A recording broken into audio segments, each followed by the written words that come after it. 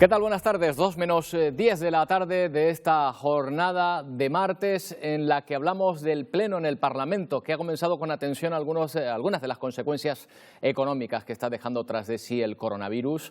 El sector turístico trabaja para venderse como un destino seguro, sanitariamente hablando, y también se trabaja en negociaciones desde el área de economía para establecer para qué sectores se van a ampliar los ERTE. María Herrera, por causa de fuerza mayor.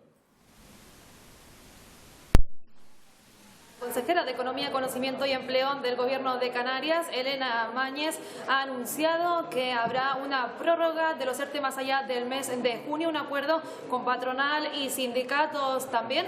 Además, habrá una reunión por los diferentes cabildos que van a llevar a cabo esas medidas en conjunto, y también ha anunciado que mañana se dará a conocer el primer informe de revisión económica que tiene previsto para 2021 reducir la tasa de paro en un 20%. En cuanto al turismo, el principal objetivo es vender a Canarias de forma segura, y la consejera de Turismo, Yaisa Castilla, ha anunciado que Canarias ha sido uno de los destinos elegidos para que llegue ese vuelo Madrid-Canarias, en ese vuelo que está previsto que llegue en el mes de julio, pero no se sabe en concreto a qué isla. El sector comercial presencial ha estado cerrado completamente y en esta fase ha iniciado incluso su periodo de rebajas, o lo va a hacer próximamente. Vamos a ver cómo está yendo, porque al final rebajas sí puede haber, ¿verdad, señor Abbas Moujir, secretario general de FAUCA? Sí, hola, buenas tardes. Efectivamente, después de una semana con cierta incertidumbre, ya se autorizó el periodo de rebajas y precisamente ayer lunes ya comenzaron las mismas pues, en la mayoría de los establecimientos. Rebajas, promociones, descuentos, distintos tipos de ofertas. ¿Es verdad que las ventas están yendo mejor de lo que preveían dadas las circunstancias? Bueno, la primera semana, efectivamente, quizá la expectativa en muchos establecimientos eran menos, pero desde luego que el comportamiento ha sido muy positivo por parte del público. Quizá el haber estado 2 meses en confinamiento y cerrar los establecimientos, pues quizá hubiera ganas de volver a salir y adquirir algunos productos que en muchos casos ya hacía falta. Por lo tanto, podemos considerar que ha sido una semana positiva en cuanto a ventas la primera. ¿Les está resultando fácil que los clientes mantengan los límites establecidos con aforo y distancias? ¿Cree que están mentalizados? Pues sinceramente sí. Hasta ahora no hemos tenido ningún problema, por lo menos que no hayan comunicado a los distintos comercios, ¿no? En ninguna zona. Se mantiene la distancia de espera en la puerta y en el interior pues el aforo que establece la normativa, y que cada comercio, prácticamente la mayoría, lo tiene a la entrada, ¿no? Un cartel comunicando cuál es el aforo que se permite en ese establecimiento. Por lo tanto, buen comportamiento cívico por parte del público y también por parte de los empresarios y trabajadores. ¿Y piensa que los comercios que han preferido no abrir aún lo harán en los próximos días? Bueno, a raíz de esa incertidumbre en cuanto a los descuentos y rebajas, hay que reconocer que la primera semana quizá abrieron menos de lo que esperaban, pero viendo que ya se ha aclarado el tema de la normativa y que muchos comercios no pudieron abrir la primera semana por el problema de los EPI, por no tener suficiente cantidad para afrontar la apertura, esta semana nosotros esperamos que prácticamente ya al final de esta semana esté el 100% abierto, ¿no? En muchas zonas sí, efectivamente, ya prácticamente el 100% está ya operando, a excepción, lógicamente, de las zonas turísticas donde prácticamente la apertura es negada, o sea, 0%, ¿no? En esa zona, evidentemente, mientras no haya turismo, pues no es rentable la apertura de los establecimientos. ¿Le consta lo que hemos visto en algunos casos, concretamente en algunas redes sociales, de que haya establecimientos que hayan tenido que subir precios para compensar la reapertura? No, en el sector comercial desde luego que no, por lo menos en lo que nos consta a nosotros y en lo que hacemos referencia al pequeño y mediano comercio. Todo lo contrario, creemos que debido a la situación que han pasado 2 meses cerrados, existencia de mercancía, hay que tener en cuenta que en estos 2 meses se han perdido campañas como la del Día del Padre, la de Semana Santa, la del Día de la Madre, la campaña toda de primeras comuniones que se suelen celebrar durante el mes de mayo, y desde luego había un stock importante, y por parte de los establecimientos lo que han intentado es aligerar dicho stock. Por lo tanto, subida de precios desde luego que no. Señor Mujier, entonces quizá lo que ocurra sea lo contrario, que lo que vaya a haber a lo mejor sea un periodo de bajas, de descuentos más agresivo, a lo mejor más atractivo para el consumidor. Sí, lo que hemos visto ya en muchos escaparates rebajas o mid-season, ¿no? Ese término inglés que se está poniendo de moda, de descuento a mitad de temporada, pues lo que han hecho la mayoría es adelantar ese descuento. Hay que tener en cuenta que toda la campaña primavera-verano lo tenían ya los establecimientos en su estantería y por lo tanto necesitan hacer caja, y en ese sentido pues muchos de ellos están lanzando ofertas al consumidor. Una última cuestión, señor Mujier. Parece que esta campaña desde luego no va a traer excesivos beneficios para el sector, pero ¿cree usted que ya la de otoño-invierno, si la cosa no cambia y no volvemos hacia atrás, podrá ya hablarse de recuperación? Hombre, es muy pronto vaticinar algo, pero desde luego si terminamos el año y la campaña de Navidad, como usted muy bien dice, no existe ningún problema. Con que vaya un 75% de la del año pasado, podríamos considerar que es una buena campaña. Pero insisto, es muy difícil prever ahora mismo el comportamiento del consumidor y de cómo irán los próximos meses, pero desde luego la esperanza por parte del sector la tenemos puesta prácticamente al final de año, en la campaña navideña. Bueno, pues por lo menos, aunque sea ahí y ese hito nos quede ahora mismo un poco lejos, pues esperemos que ahí se vaya vislumbrando por lo menos un punto de inflexión para la recuperación del sector y de la economía en general. Señor Mujier, muchas gracias por atendernos. Muchas gracias a ustedes y buena tarde. Vamos con los datos sanitarios que se actualizan por la tarde. Así que de las últimas 24 horas lo que les podemos contar es que no se ha detectado ningún positivo, aunque el número de víctimas subió en 2 personas hasta los 155 fallecidos. Los casos activos siguen bajando. Hay 567 activos en toda Canarias, de ellos 14 están hospitalizados en la UCI, 45 en planta. El resto son asintomáticos o leves. Y de esos 567 activos, la mayoría están en Tenerife, 476, y le sigue con 66 Gran Canaria. Si acumulábamos los casos, pues veían ahí que ya superábamos los 2.294, pero en casos acumulados desde el inicio de la pandemia.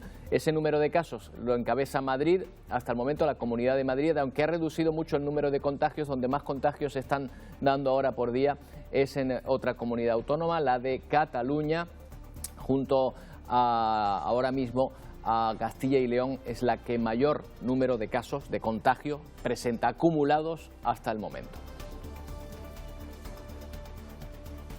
Si miramos la incidencia en los últimos 14 días, se mantienen en las mismas comunidades que hasta ahora el número de contagios. Ya les decimos que en Cataluña está siendo mucho mayor en los últimos días, por ejemplo, que en la Comunidad de Madrid, que limitando con esta Castilla y León, presenta también numerosos casos junto a Navarra. Se mantienen más o menos las mismas comunidades que en los últimos días están presentando una alta incidencia.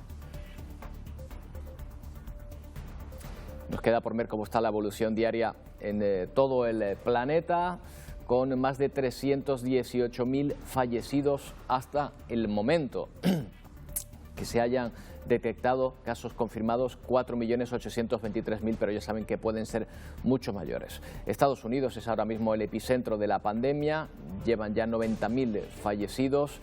Rusia ha registrado un importante crecimiento en el número de contagios, ya son casi 300.000, mientras que España e Italia parece que han conseguido doblegar la curva.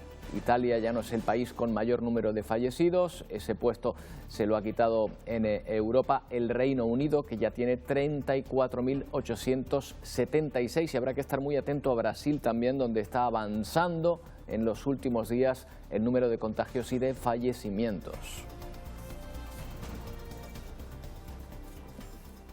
Esta crisis sanitaria ha pillado a varios canarios viviendo fuera de las islas. Hoy les acercamos la situación de 2 de ellos. Uno trabaja en Cracovia, en Polonia. La otra está pasando el confinamiento en Tailandia. Ninguno de los dos de momento se plantea volver a su lugar de origen. Esto es el centro de Cracovia, donde vive Kailos Morales. Es palmero y un gran viajero. La pandemia le ha pillado en la capital de Polonia, donde trabaja desde hace meses. Aquí se superan ya los 15.000 casos de contagios. Estamos en fase 3 y ya las peluquerías que ya por falta me hacen. Y nada, que están abiertas, los restaurantes están funcionando a domicilio. Yo creo que casi todos los que iba a comer normalmente estaban abiertos para pedir a domicilio. En el sudeste asiático se encuentra Arián González, tinerfeña. Llevaba 10 meses de viaje cuando el confinamiento se decretó en Tailandia. Desde entonces, 2 meses ya, permanece en la provincia de Krabi. El gobierno de Tailandia mantiene algunas medidas, por ejemplo, sigue el toque de queda, que no nos permite salir a la calle entre las 10 de la noche y las 5 de la mañana. También los transportes siguen todavía sin estar operativos, lo cual implica que no podemos movernos entre las provincias, es decir, ahora mismo no puedo salir de Krabi. Por lo menos están abiertos los restaurantes, ya no solo para coger comida para llevar, sino que ya nos podemos sentar a la mesa. Los dos están bien, vigilando de cerca cómo se desarrolla la pandemia. De momento han descartado volver a sus islas. Bueno, un apunte sobre ciencia, porque si era poco con todo lo que nos está ocurriendo, los científicos de la NASA advierten de que el Sol se está debilitando. Claro, esto así en el titular pues puede resultar bastante inquietante, pero Victoria Palma, hay que tener en cuenta que esto no es la primera vez que ocurre en la historia, ¿verdad? Buenas tardes, Roberto. No es la primera vez que ocurre en la historia y de hecho el Sol tiene ciclos normalmente de 11 años. Están asociados a las manchas solares. Cuando hay muchas manchas o cuando hay muy poquitas, pues la energía que llega a la Tierra es mayor o menor. En los últimos días ha salido un informe de la NASA pues que apuntaba a que bueno, el número de manchas se está reduciendo. Algunos predicen que en las próximas décadas podríamos tener un gran mínimo solar que durara más de esos periodos de 11 años, en los que no hubiera manchas y el Sol emitiera menos radiación, pero lo cierto es que realmente el estudio que implicaba la NASA lo que venía a demostrar es que en los últimos 50 años el calentamiento que se ha producido en el planeta no está asociado pues a los cambios de energía que se producen de forma natural en el Sol. Una situación que, bueno, algunos de los que piensan que puede haber un gran mínimo solar en los próximos años, pues apuntaban a que podría afectar al calentamiento global que estamos padeciendo. O sea que no va a servir ese mínimo para parar el calentamiento global. No, de hecho no va a servir. El enfriamiento que podría producir la falta o el descenso de energía solar pues es 6 veces menor al calentamiento que se está generando, que hemos generado nosotros y que va a ser progresivo en los próximos años. Aunque el mínimo solar durara 100 años, seguiría aumentando la temperatura media del planeta durante bastantes años y después lo que haría es atenuarlo durante una serie de tiempo, que no nos va a dar la salida del sol al cambio climático. Bueno, para eso todavía habrá que esperar porque se está hablando de un periodo que empezaría ahora en 2020 y llegaría hasta 2070. Eso enfriamiento, pero por lo pronto la semana que viene o esta semana ya en los próximos días lo que vamos a tener es mucho calor. Sí, entra el primer episodio de calor importante de esta primavera al archipiélago y bueno, nosotros cada vez que entra el calor normalmente no entra a nivel de costa, entra a nivel de medianía. Estamos viendo la evolución de las temperaturas en los próximos días. Cuanto más colores rojos significa temperaturas más altas, aproximadamente a unos 800 metros de altitud, que corresponde el mapa que estamos viendo, y este sería 1500 metros de altitud. También cuanto más rojos y ya nos vamos a violeta son temperaturas bastante altas y eso significa que vamos a pasar calor. De hecho tenemos una situación bastante curiosa. Es verdad que quedamos al final del mapa, pero este mapa muestra las anomalías de temperatura que va a haber en los próximos días. Si tuviéramos un color blanco sobre las islas tendríamos la temperatura normal para esta época del año. Tenemos colores rojos, eso significa que las temperaturas van a estar teóricamente entre 2 y 7 grados más altas de lo que suele ser normal en esta época del año. Y siempre pensamos que el calor nos viene del desierto del Sáhara y esta vez la zona del desierto que nos queda más cerca lo que va a tener es una anomalía fría, es decir, las temperaturas van a ser más bajas en esa zona de lo que corresponde al año. El calor nos va a llegar del desierto pero de mucho más al sur y además va a pasar por las islas y se va a adentrar tanto en la península como incluso llegaría a Francia también y a las islas británicas. Es verdad que aquí las temperaturas en principio tal como pensamos, cómo va la evolución en los próximos días, pues nos quedaremos con algunas máximas a día de hoy que pueden rondar los 36, 37 grados en zonas de medianía y ya por ejemplo mañana en medianías del sur de Gran Canaria, si se cumple la predicción tendremos valores locales máximos de unos 30 grados y estamos simplemente a miércoles. No, y estaba viendo ahí que ese color rojo se volvía cada vez más intenso a medida que iba avanzando la semana. El fin de semana se veía casi un rojo violáceo, ¿eh? Sí, cada vez cuanto más oscuros esos rojos son temperaturas más anormales, es decir, la temperatura va a ser bastante más alta de lo que sería normal en esta época del año. No es la primera vez que tenemos un episodio de calor en mayo, pero bueno, este está aquí a la vuelta de la esquina y vamos a pasar bastante calor, yo diría que el fin de semana. Aquí en Canarias, ¿eso qué quiere decir? ¿Que está el alisio y nos encontramos en el norte nubes y en el sur despejado, o el calor nos va a traer cielo despejado en todo caso? A partir del fin de semana nos va a traer probablemente cielos despejados, pero sí que es cierto que hoy tenemos un día de verano. Tenemos las nubes en el norte a una cota baja y ya por el sur, las zonas altas, tenemos los cielos prácticamente despejados. Queda un pequeño resquicio de nubosidad baja pegada a la costa de Lanzarote y de Fuerteventura, que también es habitual en verano, aunque nosotros normalmente pensamos que Lanzarote y Fuerteventura en verano es de cielos despejados, y hay zonas donde tienen más nubes incluso que durante el invierno. Es bastante curioso, sobre todo en la costa oeste de las dos islas, que nos podemos encontrar días con niebla y además durante muchos días mientras sopla el alisio. Bueno, pues nos prepararemos para este calor que ya está aquí, adelantándonos un poco el verano. Por otra parte, como suele ocurrir muchas veces, que en primavera suelen tener días de verano fuerte también, ¿no? Sí, ya nos está diciendo que el verano está a la vuelta de la esquina. Piensa que para la meteorología el verano realmente comienza el 1 de junio y ya simplemente quedan poquitos días. Pues ya estamos prácticamente en verano. Gracias, Victoria. Hasta luego. Bueno, vamos a ver cómo esto del buen tiempo puede afectar por lo menos a las ventas. Seguimos atentos a este periodo de ventas de esta forma tan inusual a como la estamos viviendo. Vamos a hablar con Eduardo Zamácola Ballesteros, es presidente de Acotex, la Asociación Empresarial del Comercio Textil de Complementos y de Piel. ¿Qué tal? Buenas tardes. ¿Qué tal? Muy buenas tardes. Bueno, déjeme decirle que acabamos de hablar con el secretario general de Áreas Urbanas de aquí en Canarias. Nos dice que las rebajas que han comenzado aquí van razonablemente bien, por lo menos aquí en Canarias, pero me parece que esta no es la tónica general, ¿verdad? Pues la verdad es que no parece. Para empezar, sabes que ha habido bastante follón con todo el tema de las rebajas, que si están permitidas o no están permitidas. Ha habido idas y venidas con publicación en el BOE, con desmentidos o con reafirmaciones de si podían o no podían hacer. Lo primero es que los comerciantes nos hemos visto de una manera indefensos ante esa situación, qué es lo que iba a pasar. Y lo segundo es que aquellos establecimientos que han abiertos, que no son muchos, porque recordemos, en Madrid está fase 0,5, Barcelona exactamente igual, el resto de España está en fase 1 y ahí en Canarias vais algo más avanzados, pero sí que es verdad que la gente está aún esperando a ver qué es lo que pasa. Estamos viendo a los comerciantes cómo abren con muchísima cautela y la verdad es que ahora mismo los comercios no es que estén bollantes, que digamos. ¿Están siendo los ciudadanos comprensivos con las limitaciones a las que se van encontrando, por lo menos en los sitios donde abren los comercios? Bueno, lo primero es que hemos querido trasladar que en las tiendas de moda se respira absoluta normalidad. Uno de los problemas, de los estigmas que ha habido es que parecía que la ropa contagiaba o era un foco de infección que no tiene ningún sentido. Es decir, somos el único sector y único país del mundo que tras probarte la ropa se nos obliga a desinfectar, higienizar o poner en cuarentena ese producto que alguien ha tocado. No lo entendemos muy bien cuando llevamos 2 meses conviviendo con el virus, 2 meses conviviendo con hipermercados abiertos y que esos productos que tú coges de un hipermercado o de una farmacia, los coges después de haberlo tocado a otra persona y no pasa ningún tipo de cuarentena. Por lo tanto, tenemos que trasladar la tranquilidad a nuestros consumidores, que se ganen la confianza y quitar estigmas que no favorecen para nada al sector.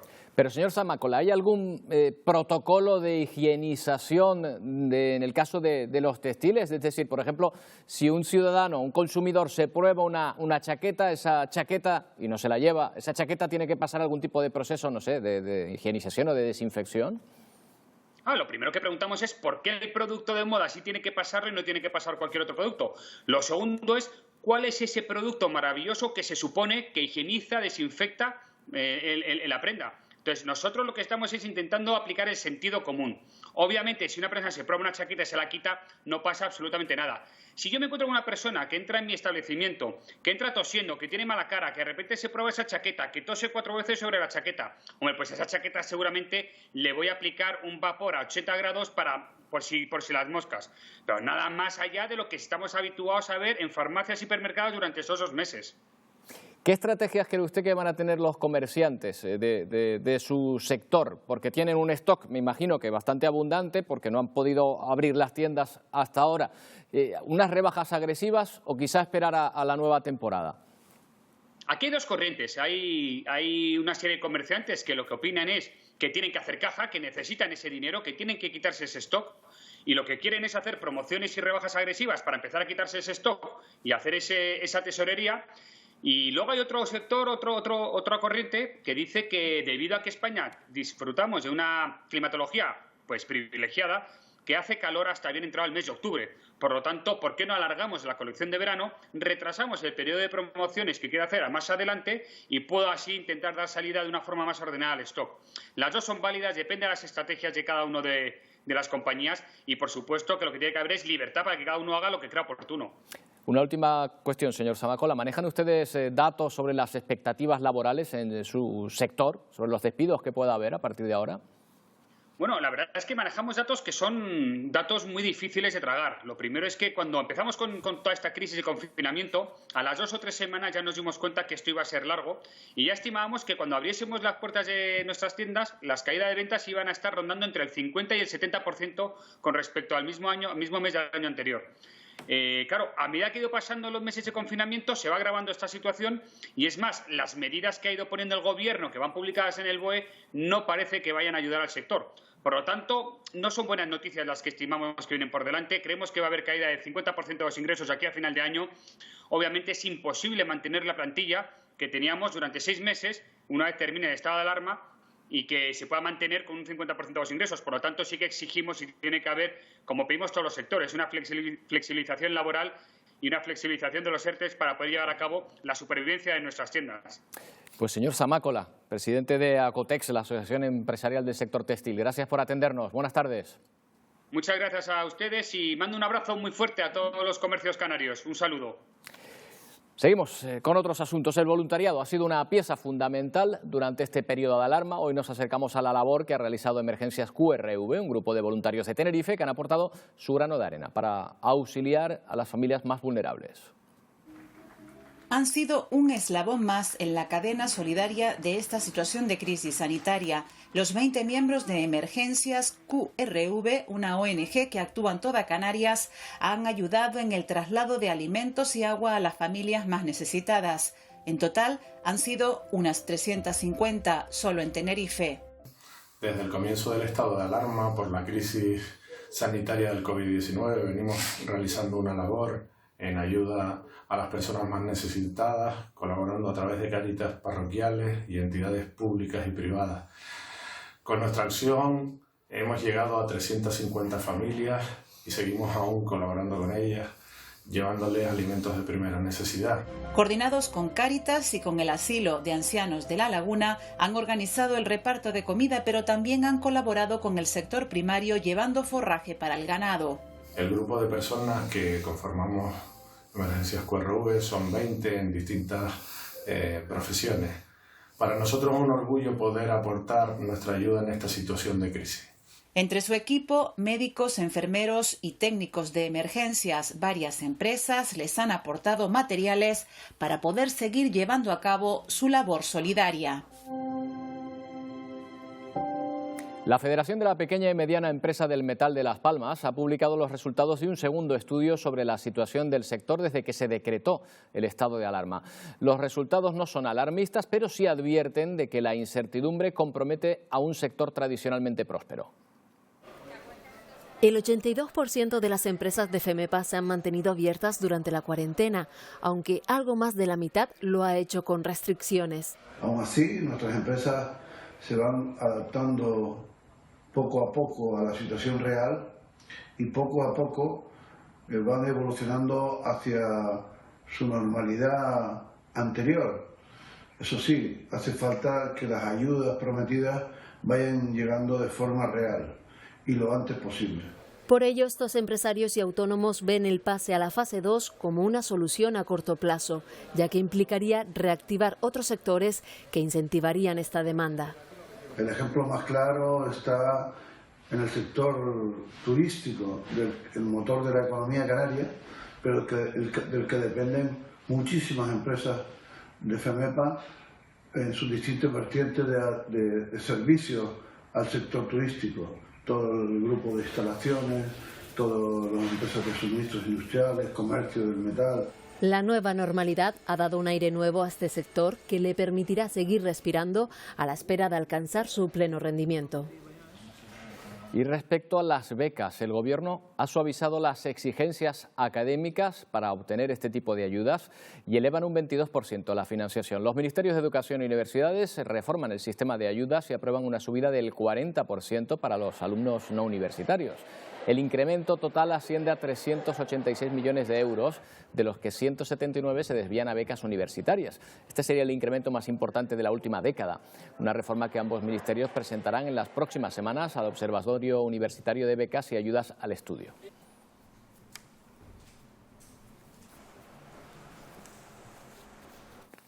Bueno, una de las cuestiones aún sin resolver es cómo será la vuelta a las aulas. Vamos a conocer la opinión del representante del Sindicato de Profesores AMPE, Pedro Crespo. ¿Qué tal, señor Crespo? Buenas tardes. Hola, buenas tardes. Bueno, esta mañana tengo entendido ha habido una reunión del Ministerio con los sindicatos. ¿Han acordado cambios respecto a las decisiones tomadas hasta el momento? Bueno, yo creo que el principal cambio es precisamente el que haya existido esta reunión. Es algo que AMPE venía demandando a nivel nacional, ya que al contrario que en Canarias, en donde sí que hemos tenido contactos con la Administración y hemos intentado acordar algunas de las medidas, a nivel nacional es el primer momento en el que el Ministerio se reúne con las centrales sindicales, con los representantes del profesorado, para intentar plantear qué medidas acometer tanto para lo que es la finalización del curso como para el curso que viene. Sabemos que las comunidades autónomas en principio pueden decidir si volver a las aulas desde ahora. ¿Usted cree posible que haya una reapertura de aulas de la manera que sea de aquí a junio? Nosotros entendemos que tienen que existir unas garantías sanitarias para ello. Entendemos que es preferible ir despacio y no arriesgarnos. Hay medidas como las que se planteaban, en este caso por parte del Gobierno a nivel nacional, como la incorporación del alumnado de la etapa de educación infantil, algo que nosotros entendíamos que era absolutamente inadmisible, ya que precisamente este alumnado no se puede, ni tanto el distanciamiento como las propias medidas de seguridad, el uso de las mascarillas y demás, era absolutamente imposible. Con el resto de alumnado, el planteamiento que se ha realizado es el intentar que de forma voluntaria, tanto el profesorado, que no se obliga al profesorado, ni tampoco al alumnado, y exclusivamente para los ciclos de etapas terminales, es decir, los conducentes a titulación, dícese cuarto de la ESO, segundo bachillerato y segundo de los ciclos formativos. Exclusivamente ese alumnado y en circunstancias concretas son los que podrán acudir a las aulas. Lo cierto es que la Consejería de Educación, me imagino que también de cara a esta parte del curso, si se reactiva, o sobre todo a septiembre, está llevando a cabo un cuestionario para detectar si hay personal sensible o colectivos vulnerables al COVID-19.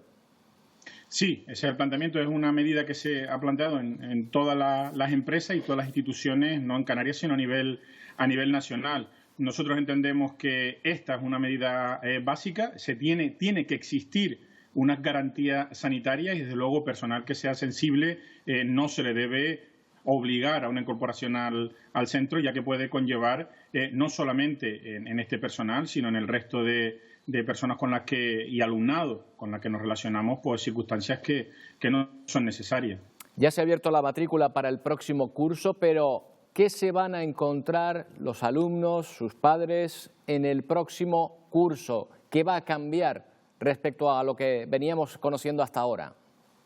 Bueno, yo creo que una de las cuestiones, y se puede sacar incluso de positivo cara a esta circunstancia, es la necesidad de que la formación va a tener que ser también online. Va a tener que existir una enseñanza semipresencial. Es fundamental el contacto con el alumnado para poder desarrollar el currículum, pero se va a tener que realizar una enseñanza en el aula y una enseñanza online. Después se va a encontrar algo que es inevitable también, que es una reducción de las ratios a un máximo de 15 alumnos, adaptaciones metodológicas que vamos a tener que realizar por la propia enseñanza semipresencial, también la necesidad de una modificación de los currículos a nivel nacional y, algo fundamental también, adaptar el tema de los horarios del profesorado y del alumnado. El profesorado, en estos meses que llevamos, estamos haciendo un esfuerzo ingente en cuanto a la dedicación, la planificación, adaptar la metodología y intentar atender a todo el alumnado.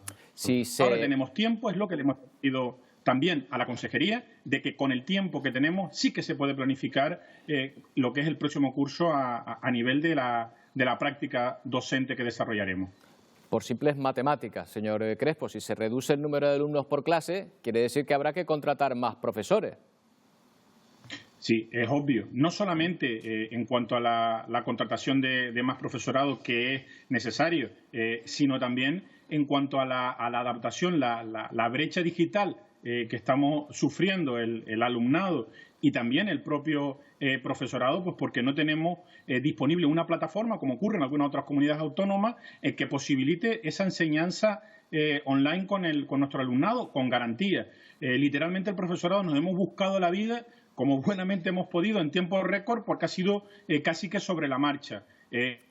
Tenemos tiempo para el curso que viene. Nuestra petición a la consejería es que con tiempo realicemos esa preparación, que no nos encontremos de forma precipitada y, desde luego, para la necesidad que vamos a tener con aumento de profesorado, como bien dice, y con medios para que podamos desarrollar la enseñanza con las garantías que necesita el alumnado. Señor Crespo, ¿cree usted posible presupuestariamente doblar la plantilla de profesores en los centros?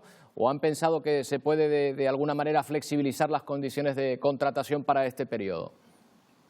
Nosotros entendemos que doblarla, mal no sería, y todo el dinero que se dedica a educación positivo no es necesario tanto como doblarla, pero sí que aumentarla. Y por supuesto que el aumento presupuestario en educación ahora va a ser obligado. Nosotros entendemos que no debería serlo, que eso que marca nuestra ley canaria de educación de alcanzar el 5% del PIB antes de 2022, se tiene que ir en ese camino, y ahora es sí o sí. Pues porque esta necesidad de aumento de profesorado, esta necesidad de inversión para evitar esa brecha digital del alumnado y también del propio profesorado en cuanto a formación, planificación, medios que podamos contar, va a conllevar, sin ningún lugar a duda, una necesidad de aumento presupuestario dedicado a educación.